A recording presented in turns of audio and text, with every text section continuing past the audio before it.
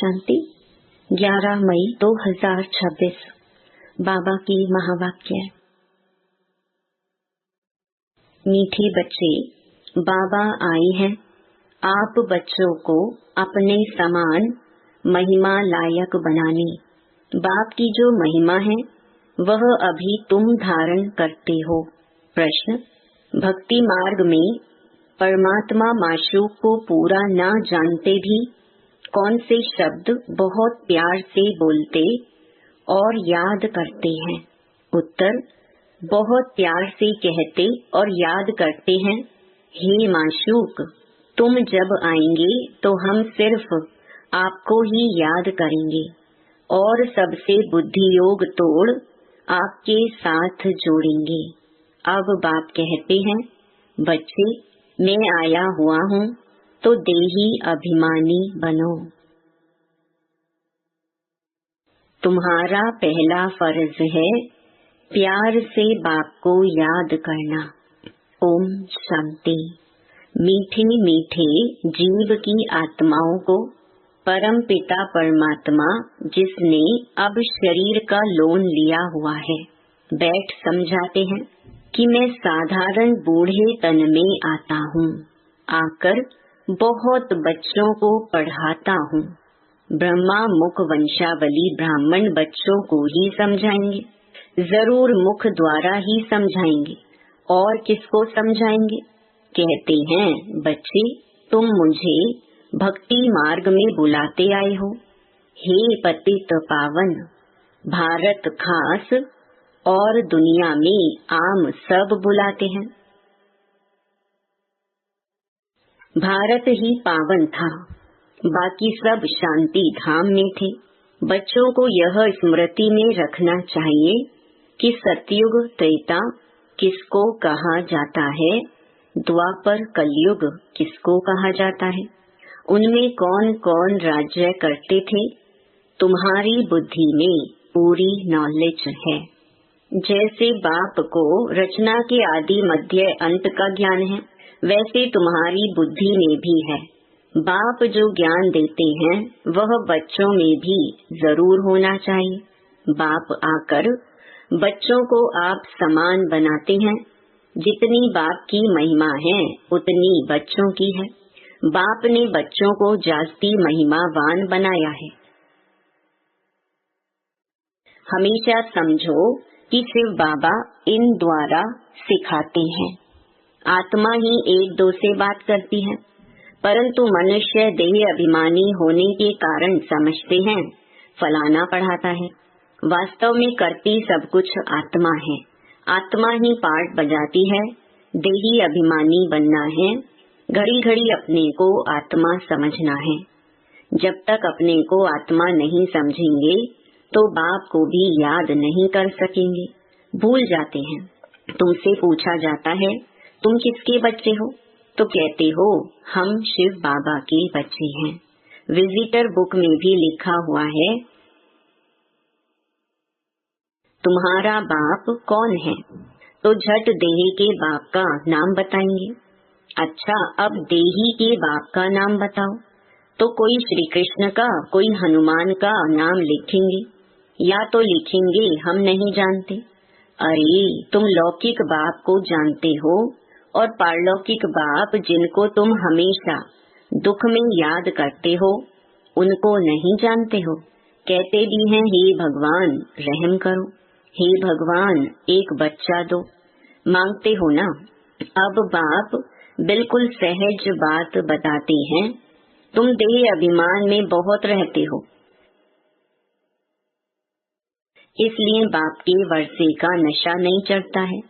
तुमको तो बहुत नशा चढ़ना चाहिए। भक्ति करते ही हैं भगवान से मिलने के लिए। यज्ञ, तप, दान, पुण्य आदि करना, ये सब भक्ति है। सब एक भगवान को याद करते हैं। बाप कहते हैं, मैं तुम्हारा पतियों का पति हूँ, बापों का बाप हूँ। सब बाप भगवान को याद जरूर करते हैं। आत्माएं ही याद करती हैं।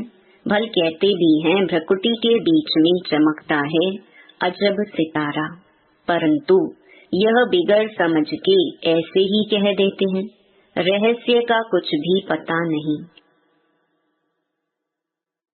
तुम आत्मा को ही नहीं जानते हो तो आत्मा के बाप को कैसे जान सकेंगे? दीदार तो होता है भक्ति मार्ग वाला।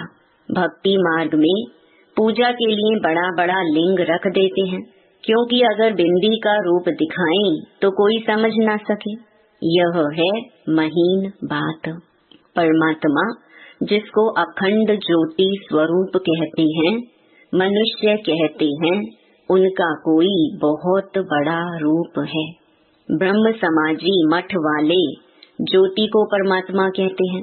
दुनिया में यह किसको पता नहीं है कि परमपिता परमात्मा बिंदी है, तो मूंझ पड़े हैं।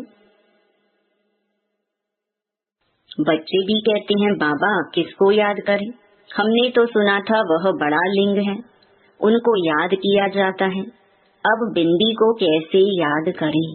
अरे तुम आत्मा भी बिंदी हो, बाप भी बिंदी है, आत्मा को बुलाते हैं, वह जरूर यहाँ ही आकर बैठेंगे।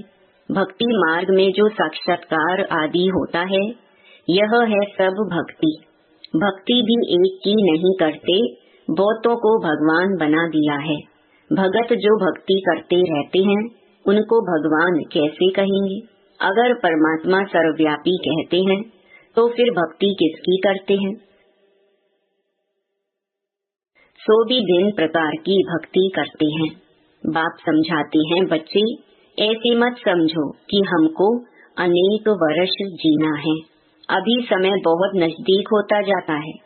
निश्चय रखना है बाबा को ब्रह्मा द्वारा स्थापना करानी है। बाप खुद कहते हैं मैं इस द्वारा तुमको सृष्टि के आदि मध्य अंत का राज बताता हूँ। गाते भी हैं ब्रह्मा द्वारा स्थापना। यह नहीं जानते कि नई दुनिया को विष्णुपुरी कहा जाता है, अर्थात विष्णु के दो रूप राज्य करते थे। किसको पता नहीं है कि विष्णु कौन है? तुम जानते हो कि यह ब्रह्मा सरस्वती ही, फिर विष्णु के दो रूप लक्ष्मी नारायण बन पालना करते हैं। ब्रह्मा द्वारा स्थापना विष्णुपुरी अर्थात स्वर्ग की फिर पालना करेंगे। तुम्हारी बुद्धि में आना चाहिए बाप ज्ञान का सागर है, मनुष्य सृष्टि का बीज रूप है। वह इस ड्रामा के आदि मध्य अंत को जानते हैं, वही पतित पावन है। जो बाप का धंधा है वही तुम्हारा है। तुम भी पतित से पावन बनाते हो। दुनिया में एक बाप के 3-4 बच्चे होंगे, कोई बच्चा बहुत ऊंचा चढ़ा हुआ होगा, कोई बिल्कुल नीचे होगा। यहाँ तुमको बाप एक ही धंधा सिखाते हैं कि तुम पतितों को पावन बनाओ। सबको यह लक्ष्य दो कि शिव बाबा कहते हैं मुझे याद करो। गीता में श्री कृष्ण भगवान वाच लिख दिया है, तुमको समझाना है। भगवान तो निराकार पुनर्जन्म रहित है, बस यही भूल है। अभी तुम बच्चे श्री कृष्णपुरी के मालिक बन रहे हो। कोई राजधानी में आते हैं, कोई प्रजा में। श्री कृष्णपुरी कहा जाता है क्योंकि श्री कृष्ण सभी को बहुत ही प्यारा है। बच्चे प्यारे लगते हैं ना, बच्चों का भी माँ बाप से प्यार हो जाता है। प्यार सारा बिखर जाता है। अब बाप समझाते हैं तुम अपने को शरीर मत समझो, घड़ी घड़ी अपने को आत्मा निश्चय करो, आत्म अभिमानी बनो। बाप भी निराकार है, यहाँ भी शरीर लेना पड़ता है समझाने के लिए।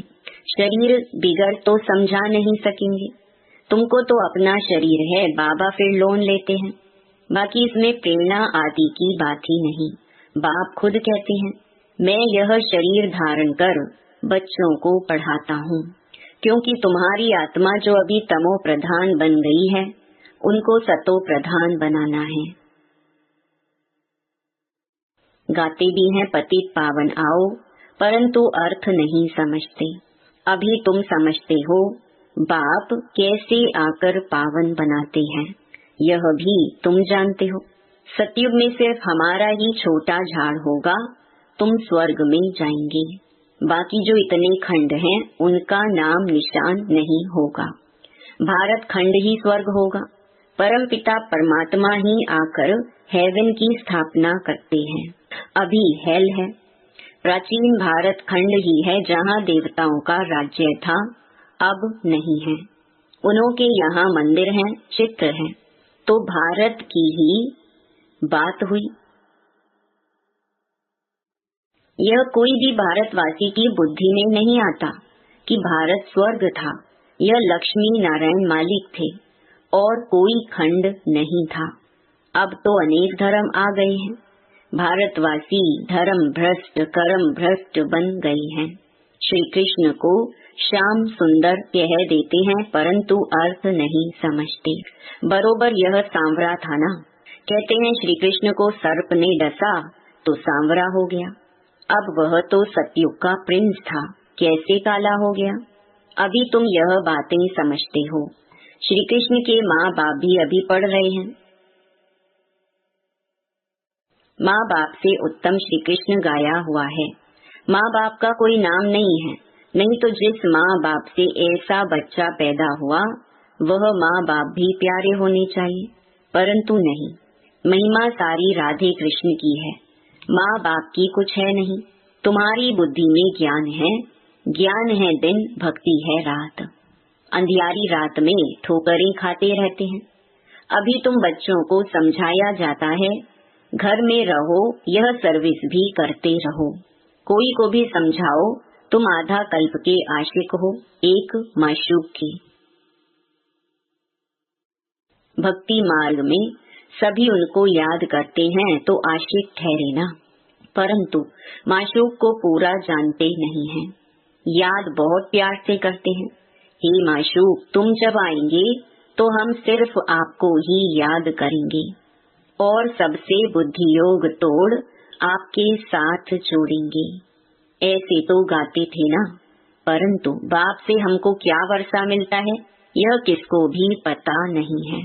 अब बाप समझाते हैं तुम देही अभिमानी बनो। बाप को याद करना तुम बच्चों का पहला फर्ज है। बच्चा हमेशा बाप को, बच्ची माँ को याद करती है। हम जिन्स है ना। बच्चा समझता है हम बाप का वारिस बनेंगे, बच्ची थोड़ी कहेगी। वह तो समझती है हमको पियर घर से ससुर घर जाना है। अब तुम्हारा निराकार और साकार पियर घर है। बुलाते भी हैं हे परम पिता परमात्मा, रहम करो, दुख हरो, सुख दो, हमें लिबरेट करो, हमारा गाइड बनो। परंतु उसका अर्थ बड़े बड़े विद्वान आचार्य भी नहीं जानते हैं।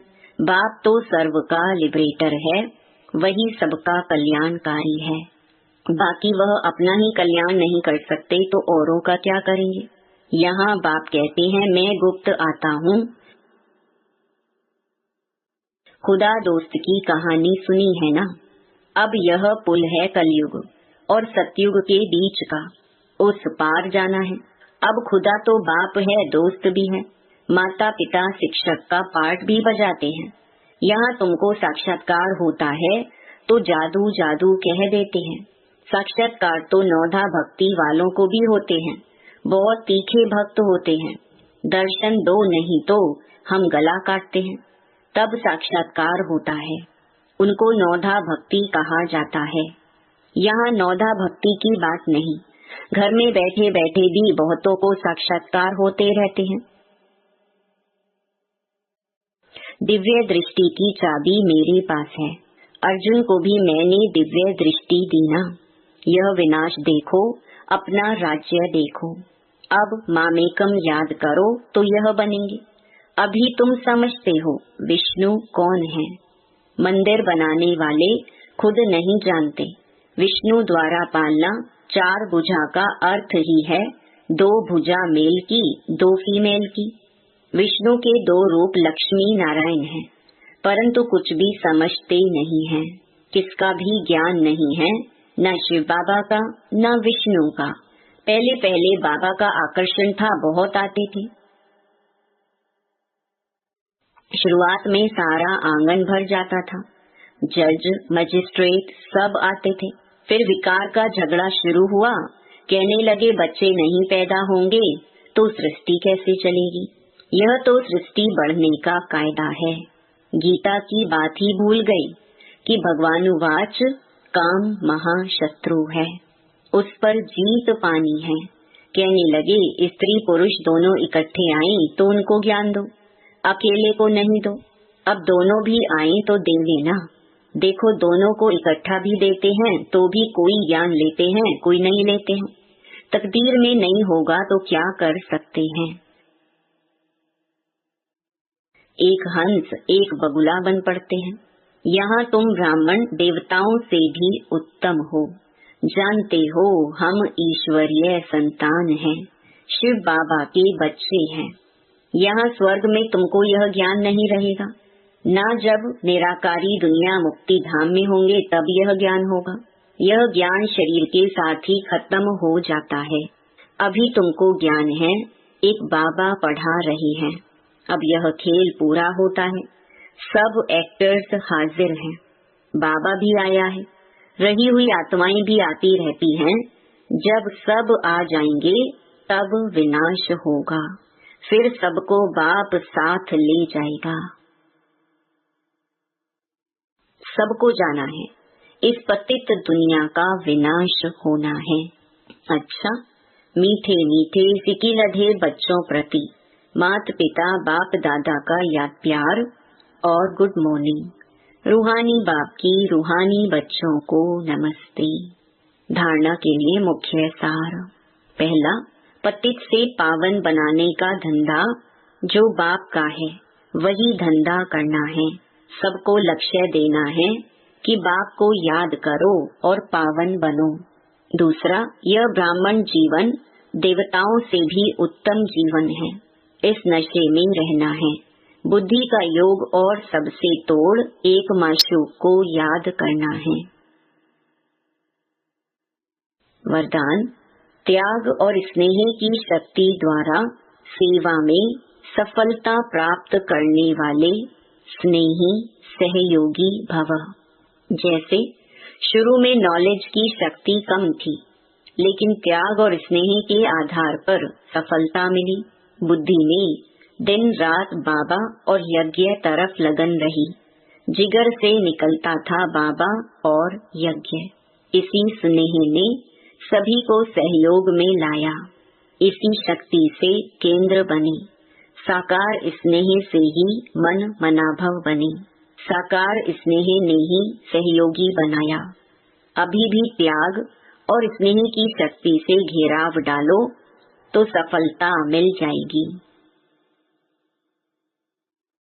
स्लोगन, फरिश्ता बनना है तो व्यर्थ बोल व डिस्टर्ब करने वाले बोल से मुक्त बनो।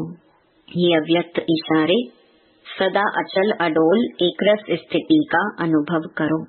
कोई भी बात हो जाए, चाहे प्रकृति की चाहे व्यक्ति की, दोनों अचल स्थिति के आसन को जरा भी हिला न सके। इतने पक्के होना। जैसे देखो, शरीर आसन पर नहीं टिक सकता तो हलचल करेगा ना। ऐसे मन हलचल तो नहीं करता। सदा अचल अडोल, जरा भी हलचल नहीं हो। अगर कभी हलचल और कभी अचल है तो सिंहासन भी कभी मिलेगा कभी नहीं मिलेगा। ओम शांति।